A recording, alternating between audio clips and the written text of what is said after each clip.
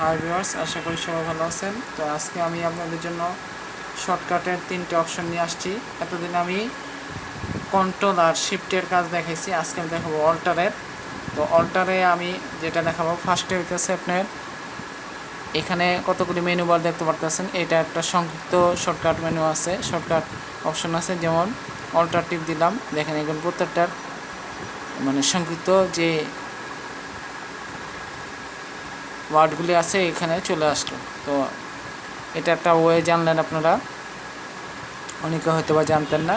তো এরপরে আমি যেটা দেখাবো সেটা হচ্ছে, ধরেন আমি এখানে অল্টার আর F4 দিব, মানে হইতেছে আপনি যে ফাইলগুলি কাজ করতেন প্রত্যেকটা ফাইল এখানে মুছে যাবে।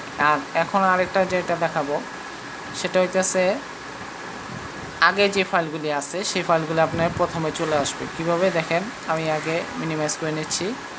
যেমন ধরেন এটা আমি নিলাম, নেওয়ার পরে আবার এটা আরেকটা নিলাম।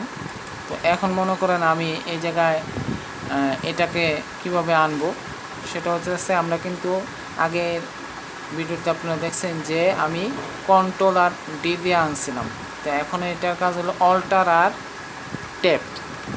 দেখেন অল্টার ট্যাব দেওয়ার সাথে সাথে কিন্তু আগে যে ফাইলগুলি আছে সেটা চলে আসছে, মানে এখানে যে দুইটা ছিল সেই দুইটা শো করবে। যেমন ধরেন আবার আমি দেখাই, অল্টার ট্যাব। এখন মনে করে আমি এটা এখান থেকে সিলেক্ট করে নিলাম। তো আপনারা এই জিনিসটা জানতে পারলেন। তো আশা করি এই 3টে শর্টকাটের মাধ্যমে আপনারা কিছু উপকার অবশ্যই পাবেন। তো সবাইকে আবারও ভিডিওটি প্রথম থেকে শেষ পর্যন্ত দেখার জন্য ধন্যবাদ। সবাইকে আবারও যাওয়ার আগে একটা কথাই বলতে চাই, সেটা হচ্ছে ভিডিওটা যদি ভালো লাগে ভিডিওটা একটা লাইক দিবেন, চ্যানেলটি সাবস্ক্রাইব করবেন, বন্ধুদের বেশি বেশি করে শেয়ার করবেন, যাতে করে তারা নিজেরাও বিষয়গুলি জানে এবং অন্য জানতে পারে। তো সবাইকে ধন্যবাদ। আল্লাহ হাফেজ, আসসালামু আলাইকুম।